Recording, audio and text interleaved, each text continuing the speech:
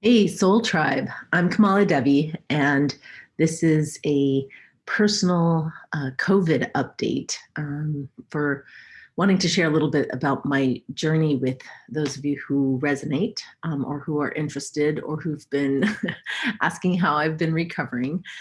And I want to start by saying I've avoided this conversation in social media, in videos, because it's so polarizing, the debate of vaccinations or not, or um it's just so, it's just, and also, like many of you, I have COVID fatigue. I'm like, okay, I'm done talking about it, it's so much. So here I am after I would say almost 4 weeks, like, of moving through this portal, and I'm still recovering.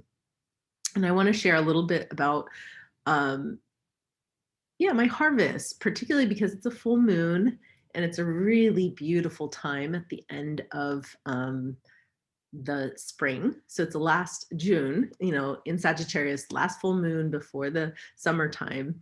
And I got a cute little summer haircut for it and everything. Um, but it is a time to kind of clear out, look back, and then, start the next season. And I'm yeah, I'm a little bit humbled by what an initiation it has been. And I know, in this country, at this moment, 60% of Americans have had COVID. Like, it's, if you haven't had it, a lot of people who have, and maybe like myself, you've lost family members to it. Like, it's a deep impact on lots of levels. And a lot of people who've been through it, uh, not only looking for the silver lining, but really say there's a curse to it and there's a blessing. And I'm really in that that portal where I still feel cursed. And I'm also super grateful because the way that it happened, for me, was like a total game-changing surprise when I got my first positive test. So I want to rewind.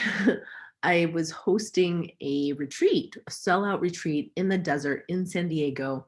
And on the seventh day of an 8-day training, 5 people tested positive. And it was like, oh, wow, how do we, like, as a community, support and adjust and accommodate, social distance outside, like, how do we close this container responsibly? How do we land that plane? And it really was like, in leadership, it felt like landing a plane with one wing. It was pretty intense.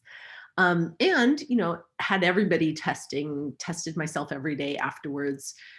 Because of that exposure, I canceled my trip to Portugal, where I was going to do a level 2 training. This is for the International School of Temple Arts. And having, responsibly refrained from bringing any exposure that I had into another container, I kept testing, and because I kept getting negatives, thought I was fine. So I was a full week of social distancing from people and testing and keeping myself, yeah, pretty isolated. And it was over a week of having actual symptoms and feeling really, off, and just thinking, oh, I must have another kind of cold, which I probably did have. But it turned into a positive on the night, 24 hours before I was going to go to Portugal anyway with my husband and my son. We had a summer vacation planned, and it was like such a surprise. I took my son to the clinic, we got tested, and the clinician's like, you're not getting on that plane tomorrow. So I was like, whoa, all right, let me course correct. Devin and Michael went off on their summer vacation. I decided to, like, stay, land, ground here. And whew, in some ways, um, I think everybody who gets it's like, oh, it's time to rest, time to go inward, time to slow down. And that's one of the big blessings. Um, And for me, it was a deep surrender, a surrender to like, okay, this is what is. I'm home. They're off right now today in Morocco. And so it was like a month-long vacation that I shifted from. But to go from leading these retreats and always having a family around and all my poly lovers to being like in total isolation at home, um, it was pretty dramatic and sweet. You know, I binged a lot of Netflix. And I sound better today, but like even yesterday, you know, it was a full week of testing positive, and then I started testing negative, but I still had these symptoms. And so I'm being, you know, really grateful that my beloved Sharmila has been, yeah, taking care of me and nurturing me and connecting with me. But other than that, I've been pretty isolated. And in that, you know, deep introspection, in that timeout, I started to look at like what matters, you know, what are we really here for? And the irony is like, I'm like, oh, I want to write books and I want to, you know, share this, this deep wisdom and my gifts. But I had like zero energy, like zero to do any writing and brain fog. It's like a real thing. The brain, the brain fog was like, trying to put sentences together. In fact, I tried to do a video like this a few days ago and I couldn't even pull it off. So this is my take two. And I'm looking at my notes. Oh my gosh. And I just have to brag. The other thing about staying home is that my summer fruit, like this came off my grapevines. I have apricots. I have, you know, figs growing. So I'm super excited to actually get to watch my summer fruit.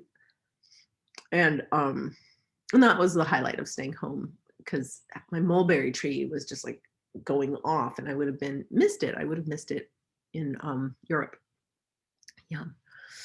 So yeah, what else? I guess the invitation, just as I share,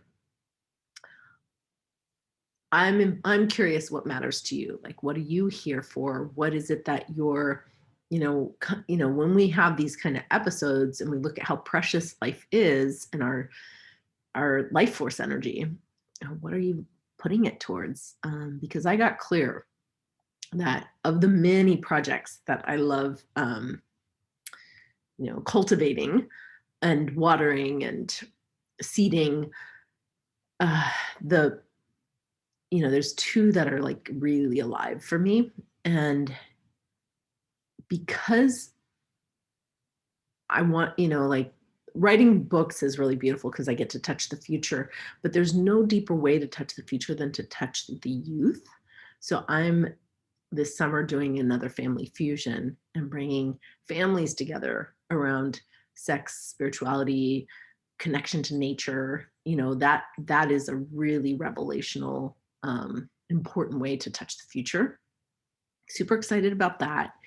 And then also because of my limited capacity, I'm like leveraging my work, and I'm closing my private practice where I used to do a lot of one-on-one couples and family coaching around sex and relationship. And I'm focused really on healers and teachers and love leaders. And so I'm doing my mentorship and masterminds that I can touch uh, others who touch other, you know, like there's a leveraging where I get to mentor other masters, and that helps me feel like I've got a greater impact. So, you know, if you've got a family and you know, are interested in the mystery school that is ISTA, talk to me about that. If you are a healer, teacher, leader, and want in the area of sex and relationship and want to yeah, to have a session with me, let's talk. So these are the two big passions that I have, and I'm curious what you're focused on, what your intentions are for the full moon. Whatever you put your attention on will, you know, grow. Like the full moon helps illuminate what's, you know, what is coming out of the shadows. So I'm looking forward to this summer with you, and I send you and your loved ones big blessings.